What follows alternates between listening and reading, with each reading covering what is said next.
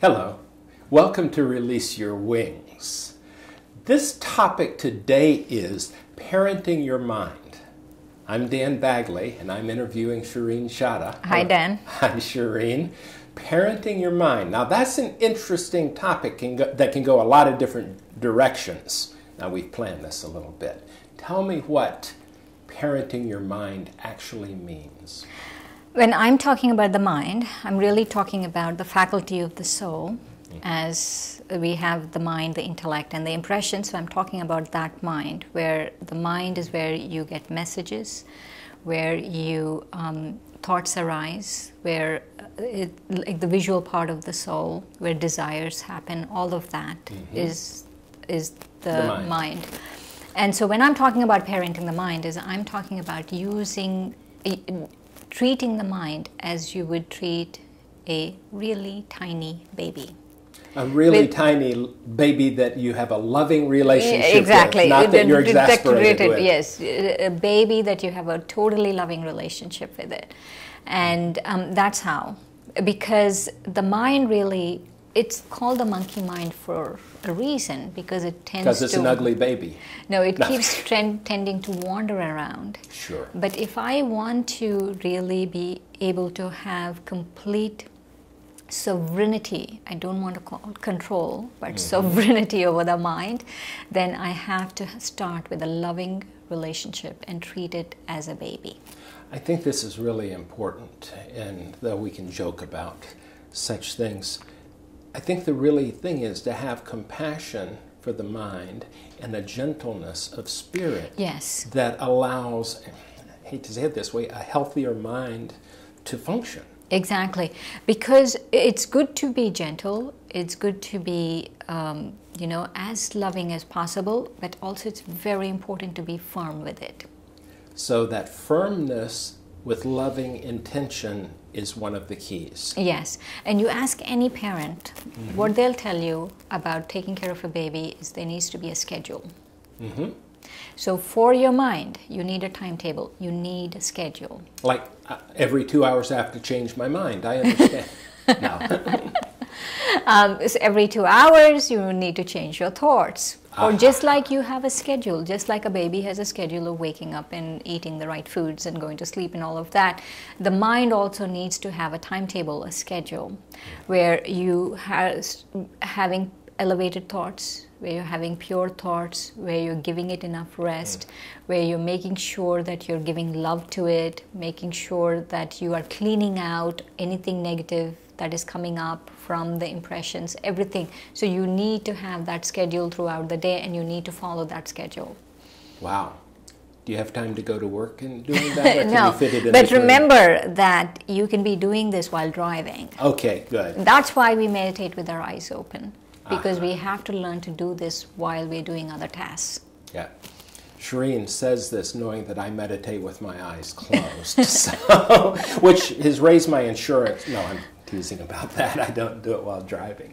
But that is an important thing. Now, I know that many people scold themselves a lot, fuss at themselves, and that's really the antithesis of this. Right. I often wonder, and I'm not speaking like I don't ever do this, I often wonder if a stranger came up and said some of the things. Oh, that was stupid, Dan. How could you make that mistake? I mean, I would go, who are you? Exactly. Why are you trying to ruin my day? Yet, how do we get past this knee-jerk impatience with our minds? It's funny you should say that, because the mind experiences peace, right? And the soul experiences peace, and that's where it comes up on the mind. But to be able to really experience it, we need patience. So when you're talking about being impatient, so we have to remember this. If I want to experience anything worthwhile, then I have to be patient. I have to treat it right. I have to bring it up right. I have to use every loving but firm thing in my arsenal to be able to have mastery over it. So the role of judgment then, as opposed to discernment, of that was a bad move is probably not as functional as just patient, now do it better this time. Yes, is that correct? Right. And patience, and also what I've noticed is cleanliness. Honesty. Honesty is not like, this is on my mind, so I'm talking about it. I feel the word, both cleanliness and honesty go together. That only honesty works if it's only a clean thought. If I'm having a negative thought about someone, it's not cleanliness. So I can't be honest. But in the same way that if I want to experience happiness, I need to be totally honest with the mind. Totally honest with myself. But honesty in like an honest day's work, you know, doing the right things by it, making sure I, you know, work it enough, making sure I'm not too lazy. Hearing integrity in all of this too. I'm not being lazy and letting all my negative impressions come up and just letting it go. But I'm really, you know, having a timetable where elevated thoughts are playing in my mind. Because what happens is the mind and the subconscious mind are totally connected. So there shouldn't be any issues going on even with my subconscious mind. But there are. We all have so many issues going on with each of them. And so with each of the subconscious mind and the conscious mind, we need to make sure that they have a diet, a good diet of elevated thoughts. A mental diet. Yes. Now I'm going to open up a can of worms here. What is the role of the BKs have an eating diet that is rather distinctive? Yes, plant-based. So it's funny because in Hindi there is a saying, as is the food, so is the mind. Aha, now that's where we're going with this thing. So part of the overall thing with cleanliness, metaphorically, would be to put the right things into your body. Yeah, because really as is the food, so is the mind. And the reason why we recommend a plant-based diet is not because it's good for the environment, it's not because it's good for the animals. But it is. It is. Those are byproducts, they are incidentals. Yeah. But the main reason is the way it affects the mind. If I'm eating something that had violence associated with it, then my mind, for it to be peaceful, is much harder. And so that's why we recommend that. But to really remember, as is the food, so is the mind. So food for thought and food for food. Food for your body, yes. And food for thought exactly. Are truly intertwined. Wow. So apply this then to parenting on a daily basis. If we find a small amount of turbulence in our thinking, be patient. Be patient. Be firm, but also gentle. But before we start, right, we need to have a few thoughts lined up. This is what I'm going to think. And that is what we call the drill, or we exercise the mind. For example, one of the exercises that I've been doing the last couple of days is that I, the soul, am detached from these sense organs. So I see through these eyes, and then I become the soul, separate from the eyes. I hear through these ears, which are actually our main sense organs, seeing and hearing. I hear through these ears, and then I become a soul. The reason I'm talking about them as main is they affect the mind. Sure. Because our sense organs actually decide what we are thinking most of the time. I see something, I start thinking about it. I hear something, I start thinking about it. And so it's very important to be mindful of which sense organ is affecting your mind. And so if you want to go beyond the sense organs affecting you, then that detachment should happen.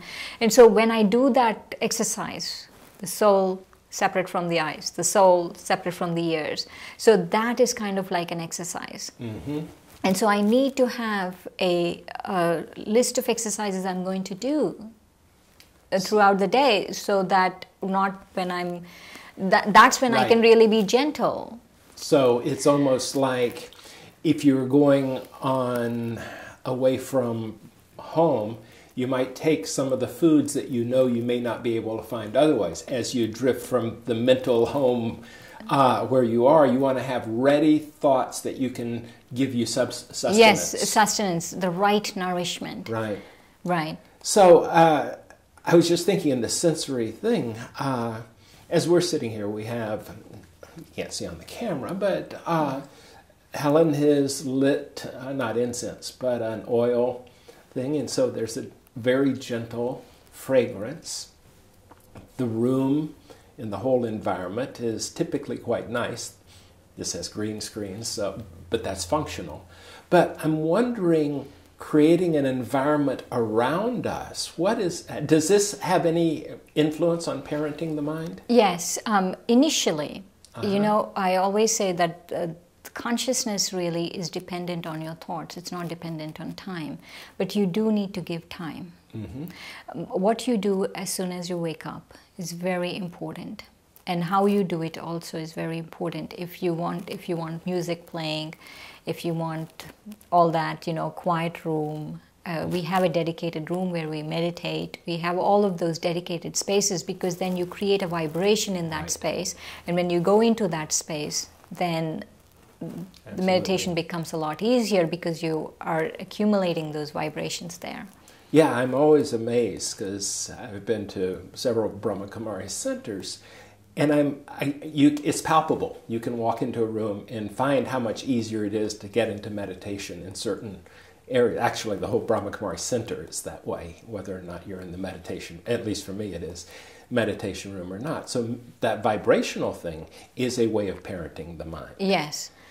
Do any colors have resonance in this It depends on the colors you like. Yeah. I mean, we prefer lighter colors because it soothes the soul. It soothes the eyes a little. We prefer lighter colors. But it really depends on you. But not to have psychedelic colors or a strobe light going. That's hard. Within the last couple of weeks, I've seen a television program where they used a color of pink in prisons and dropped the violence and resistance down. They were showing a men's prison in that. And it was, does color affect how we think? And the thesis of this was, yes, it does. And I was thinking, wow, yeah, we do this. I'm sure merchandising in stores has this. You know, does it get us more tranquil, or does it get us more ready to buy something? I'm sure there are ways that they are. In our headquarters in India. Yes. It's our spiritual headquarters in India. Our meditation rooms, we have white curtains. And of course, because there were millions of people meditating all the time there, you can easily go into a state of meditation as soon as you walk into the room, but also the white helps. Yeah, yeah. Which of course has symbolism of purity and cleanliness and all. So once again, in parenting the mind, are there any other tricks other than setting aside time, having ready-made high thoughts to come to? Is there any other way to be a good parent? The food we talked about. And food, I'm sorry. Food, as is your food, so is your mind. And the other thing I feel is very important is that I have an aim. An aim for what I'm going to do in the what I'm going to be in the future, a visual aim. An example, if I want to be a pure, peaceful, loving soul, then I have an image of how pure, peaceful, loving looks like, and I use that a lot. So to really remember that aim and to remember that visual image. So you see it in your mind's eye. And you see it in your mind's eye, and you keep reflecting on it. You keep thinking about it. You keep going back to it. So in that way, you typically have a better chance of hitting what you aim for rather than leave the randomness of... Right. But also remember, the mind is a visual part of the soul. And so it's good to have a good visual image going on there than a negative visual going on there. And also, what I've noticed with an aim is whatever is your aim, that's what you'll do. You automatically tend to go there. You know, recently, we don't have time for this, but I started using a pedometer to see how much I'm walking. And I have the aim of walking 10,000 steps. And I make sure I walk 10,000 steps before I go to bed, because that's the aim I have. Exactly. Which is a very good thing in all of our lives, to have goals, intentions that benefit us. Yes. Very nice. Thanks, Shireen. Thank you, Dan. And thank you for joining us. Goodbye.